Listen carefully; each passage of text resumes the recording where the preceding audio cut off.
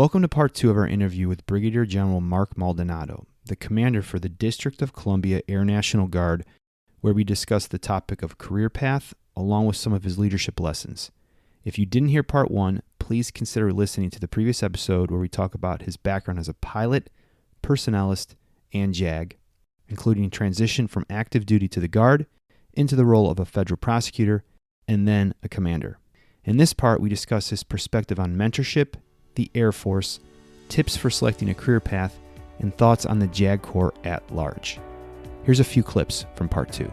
And so you need to learn the units. You need to go in and go talk to the pilots and know how they operate. Go talk to the maintainers and know how they operate. JAGs in particular, especially a really good JAG, makes such an incredible difference in getting the mission done. I want to see JAGs being groomed for command. Welcome to the Air Force Judge Advocate General's Reporter Podcast, where we interview leaders, innovators, and influencers on the law, leadership, and best practices of the day. And now to your host from the Air Force Judge Advocate General School.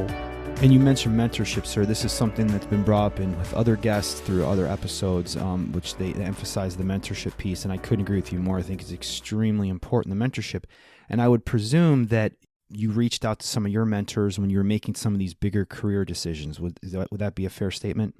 So mentors. So let's define that then, okay? Because I think mentors, your mentors are typically the ones that will impact the most, in my humble opinion, are your peers.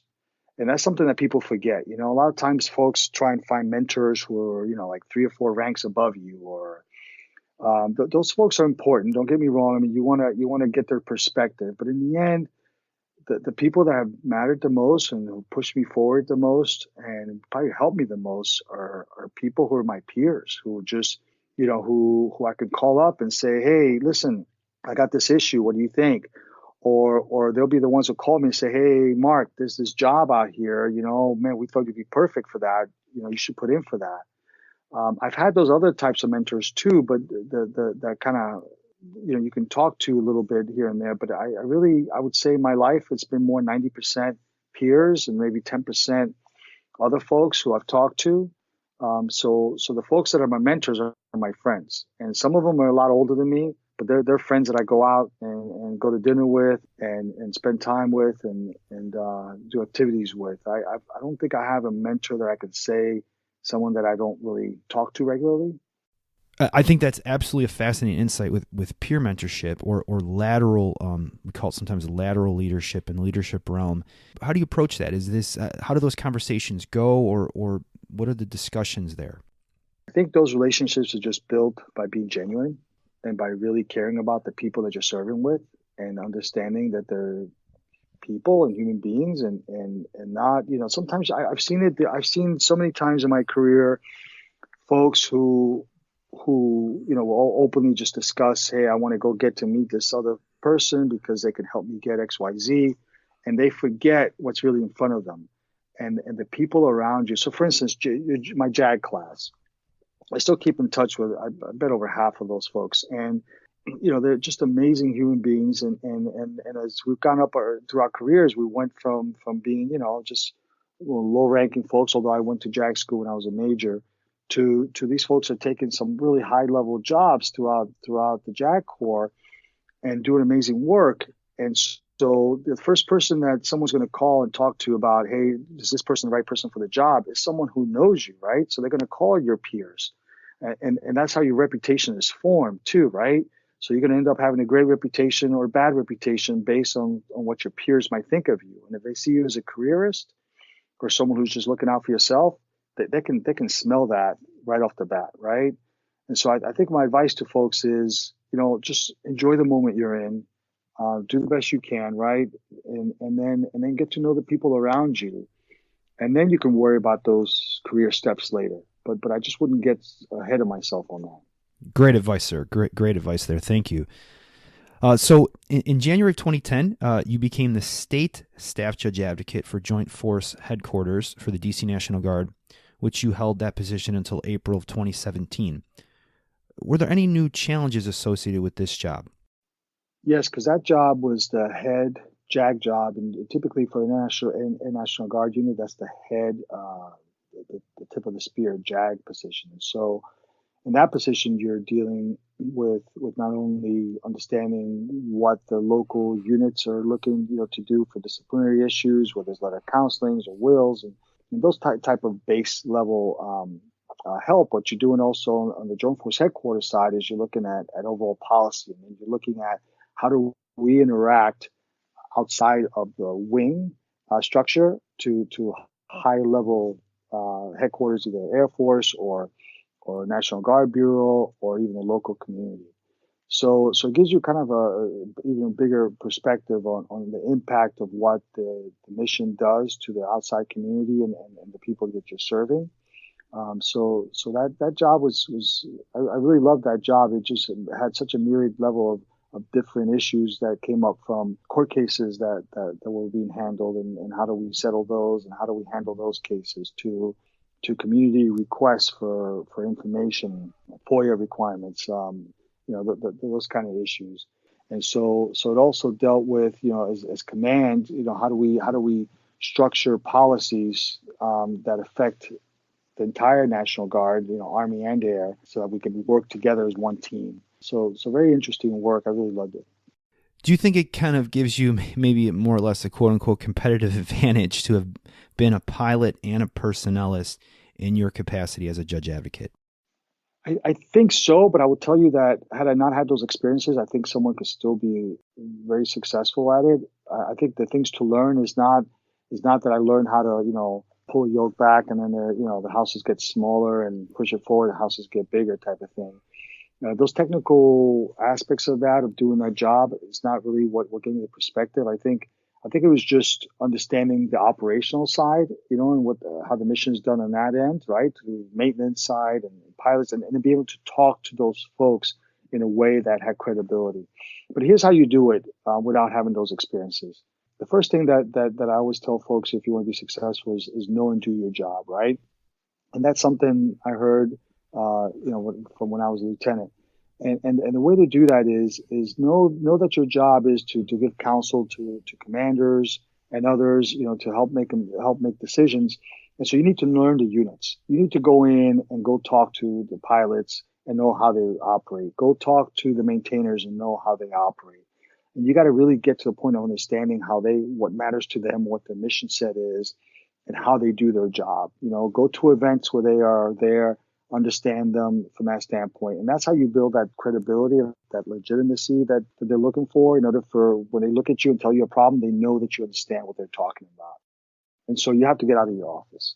And I would say that you can build, so you can have the same experience I've had, you can get the same level I got to by doing those things. You don't have to have had those actual experiences. So they helped me a great deal, absolutely, because my scope and the breadth of experience that I've been able to gain has given me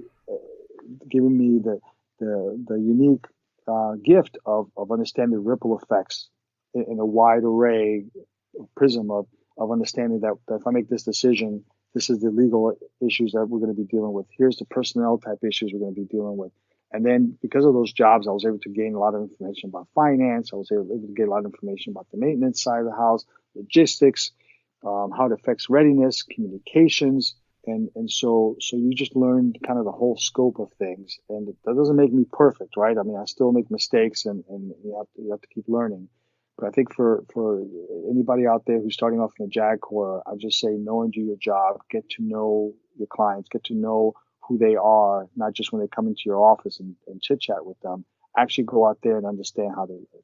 So in other words, take a genuine interest, right, in knowing the mission, knowing your client. And if you do those things, even if you don't necessarily have the same background as you, sir, or many other people that have prior AFSCs that have moved into the legal career field, you can still be very successful. That's right. That's exactly right. So, sir, today, you're sitting as the commander of the D.C. Air National Guard. How have your three career fields shaped your view of the Air Force, its mission, and its people? I learned that the Air Force is more than just airplanes, that the Air Force is about people with a lot of varied skills that come together to make the mission happen, and that they are all integral to make it happen. So When I was a pilot in the beginning, you just think pilots are the reason why we're here, and here, that's the real mission. And then once you leave that, you realize, no, that's not true at all. That everybody comes together to make it all happen. And I can tell you, JAGs in particular, especially a really good JAG, makes such an incredible difference in getting the mission done. I have my own set of lawyers here in this position, and I rely on them so much, even though I'm a JAG now, and even though I've done the jobs that they've had. You can't really, in today's world, with which as much as regulations as out there, and the different impacts that each of the decisions can have the ripple effect and make, you really need to have your JAG with you and someone you trust to make good decisions, because it's almost impossible to do it without that input.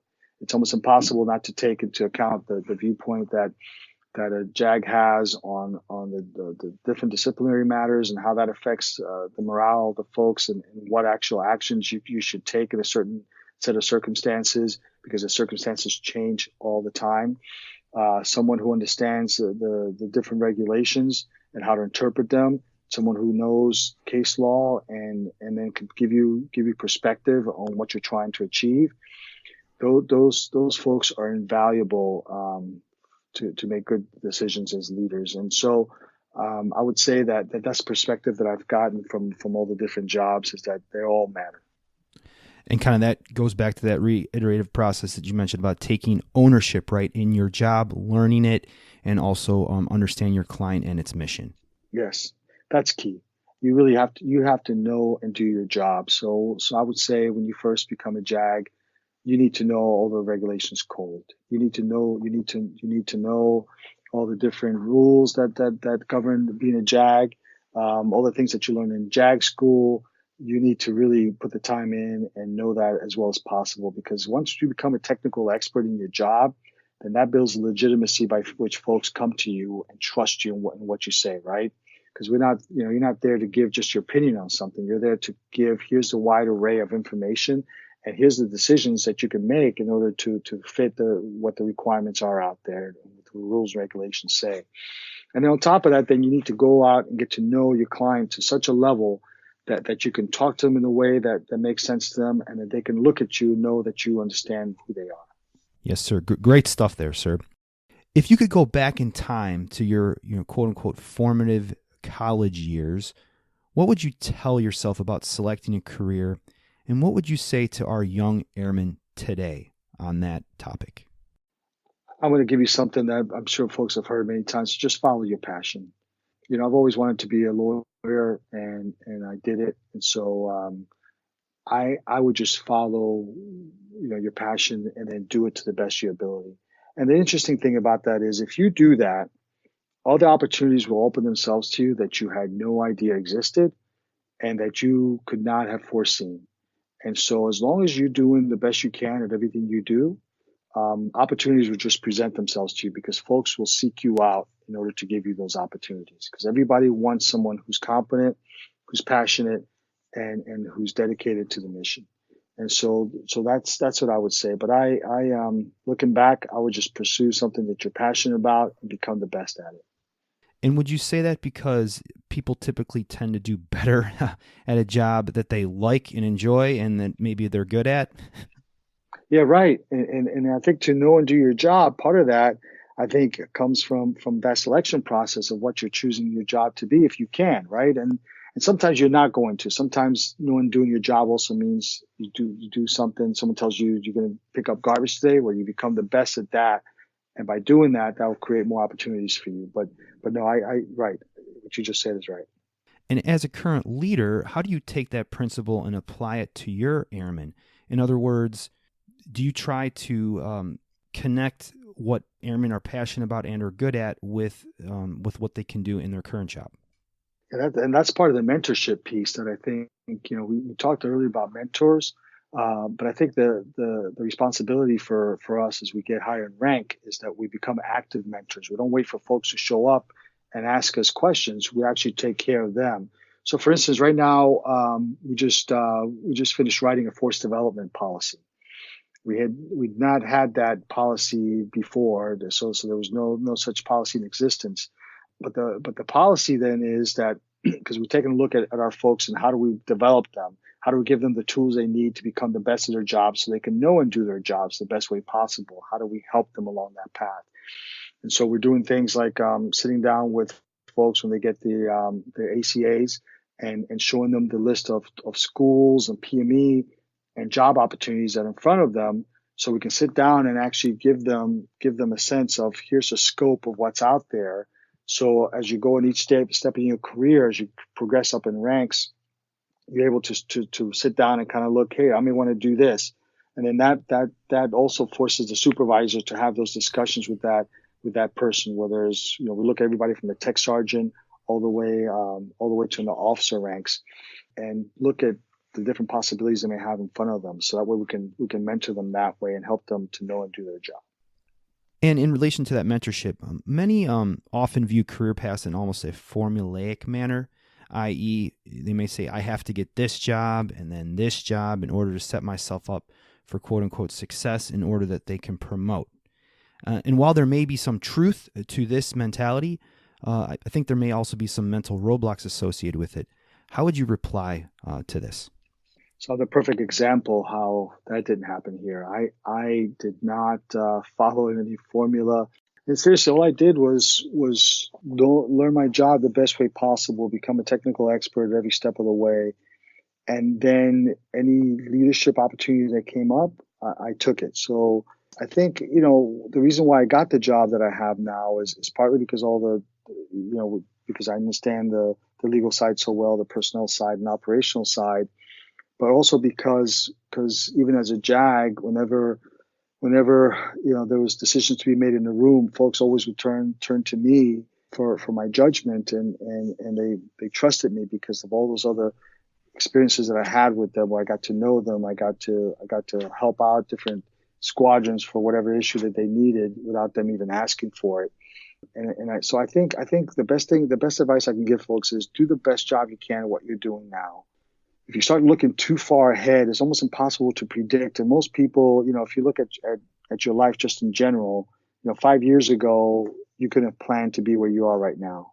And if you think you can plan 5 years from now where you're going to be, that's almost impossible, because the factors that you can't control are the different people that are going to be in your lives, the folks that are around you and how they see you. And you could control that, but the point of that is those folks also have a huge effect on you.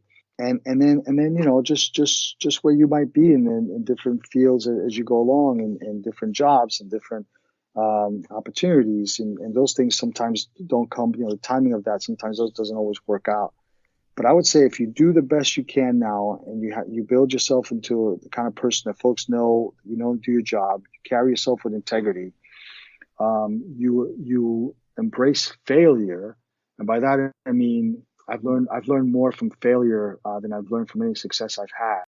The biggest thing you can do for yourself is to build your skill set, and so you need to build yourself up to be the best leader you can. And I think by that you have to be able to communicate effectively. So if you're the kind of person that has trouble speaking in crowds, then you got to put yourself out there, embrace that fear, and put yourself in as many speaking engagements as possible. If you're someone who has a tough time writing, well, then you need to write as often as you can. Don't hide from it. Like most people, when they feel they're not good at something, they go, "Well, I'm gonna steer away from it." I did the opposite. You got to go towards it and make that your strength. And so that's advice I would give folks. Great stuff, sir. Thank you. Any resources, whether a book, a movie, video, podcast, or just kind of activities that you would recommend for any of our listeners about career path and or leadership for our listeners? All right, so I'm going to give you a book that I'm sure your listeners are probably like, I don't know about this one, but I'm a big fan of metrics. I'm a big fan of being able to gauge how we're doing. And metrics can be misleading, right, depending on how you use them. But I always like to take a look at our organization just to see, what's the trend here, how we're progressing, are we achieving goals? And I like to set goals that are achievable and that you can measure as well. So a book that I thought was really interesting that went into that a lot, and I think was really helpful, was a book called American Icon. It's a book about Alan Mullaney and Ford, the Ford Motor Company. And I would focus specifically on some of the metrics and the way those were implemented in that company in order to help turn it around. So that book I liked a lot. And you could just get it as an audiobook too, and it's an easy listen. But it gave some great tips on how you can utilize metrics in a positive way to lead an organization. And then the other books that I read and I like a lot are just biographies, like Colin Powell's biography I liked a lot too. And I just think it's always interesting just to see how other people live their lives and the different decisions that they make and the choices they make. But what you learn from those things is that there is no life that's the same as anybody else's, right? That ultimately you guide yourself by certain principles of living life, and everybody gives you advice all the time about what to do. But these folks, I don't think any of them had careers that really mirrored what you can put down on paper as a perfect career. I think they all just did their best, and other people recognized it and then put them in positions of greater influence because of it. Yes, sir. And we'll make sure to put that book in the show notes. And with that, sir, any last or any final tips or parting words on the topic of career path and leadership that you would like to impart to our listeners? I think JAGs have one of the biggest impacts of any profession out there. I think all of them matter, obviously, like I said earlier. But I don't know if the JAG Corps fully embraces or understands the impact that the JAGs have in terms of being leaders, right? So when I went to JAG school, a lot of it was, hey, you're here to consult. You're not here to make decisions on behalf of commanders. But I want to see JAGs being groomed for command. When you take a look at that career field, I can't see another career field that touches every single aspect of every piece of the mission that is done in every base. And JAGs know it. You know, if you know and do your job, like I said earlier, you're going to know every aspect of it. You build great judgment because you've been around commanders who you see them make decisions, how they make the decisions, why they make those decisions. And I like to see the JAG Corps be like other services that you see more JAGs taking command. And so that's my last piece on that. Well, sir, thank you so much. I think you've had a lot of great insights here, especially this last comment about JAGs being groomed for command. That will definitely give our listeners plenty to think about and reflect upon. So, sir, thank you so much for your time today. It's been an honor and a privilege. And that'll be it for today's episode, sir. No, thank you so much. You're doing great. Thank you. My 5 key takeaways from the interview with Brigadier General Maldonado include 1. There's no perfect career path. Brigadier General Maldonado recommends to follow your passion and doors will open to you. As he admits, this advice is nothing new, but it holds true. You can obviously find a lot of advice on career paths out there. Many believe you should strive for a job that will set yourself up for the greatest success, regardless of whether you necessarily like the job. These folks place emphasis on opportunity rather than passion and state that you'll come to enjoy what you become good at. I think there's truth to this as well. With that, it's safe to say that both perspectives on passion and opportunity are correct and required for any long-term success. So seek out a career or job whenever feasible where the crosshairs of passion and opportunity meet. There, at that convergence, you're likely to find the most success and satisfaction in your career. Number 2, you can leverage your military and civilian experiences in either career. Brigadier General Maldonado states his military experiences prepared him on so many levels, including how to handle stress, manage people, and value a sense of mission. He mentions how the Department of Justice, where he was selected as a federal litigator out of a very competitive field, valued his sense of mission, varied experiences, and above all, a belief or trust that he would make sound judgments based on his military experiences. These experiences shaped his development in character, poise, and leadership that the interviewers clearly recognized. He then capitalized on his civilian litigation experiences to make him a better JAG and officer. Number 3, become an active mentor. If you find yourself in a leader mentorship role, take ownership in your folks. Ask questions like, how can I help them along their path? Or can I assist in finding them more opportunities to grow and develop? In other words, as Brigadier General Maldonado states, don't wait for folks to show up and ask questions. Rather, seek out opportunities for them, and you'll often be amazed at what they can do. Number 4, value peer mentorship. Don't forget the valuable role that peer mentorship plays. We often focus on vertical mentorship, i.e. from a senior leader to a junior mentee. However, Brigadier General Maldonado states that the vast majority of his mentorship involved his peers. He mentions how it is your peers who will likely be with you through the majority of your career, while senior mentors will eventually retire. It is your peers that often know you the best and truly play an integral part in your development. Last, and number 5, get out of your office to better learn the mission, build relationships, and trust. You've likely heard this point before, but there's a reason for it. JAGs and paralegals may often get caught up in their office life and fail to develop relationships outside of it. The legal career field is a busy one, no doubt, but effort should be made to get out of the office, meet the commanders and others, learn from them, and develop lasting relationships.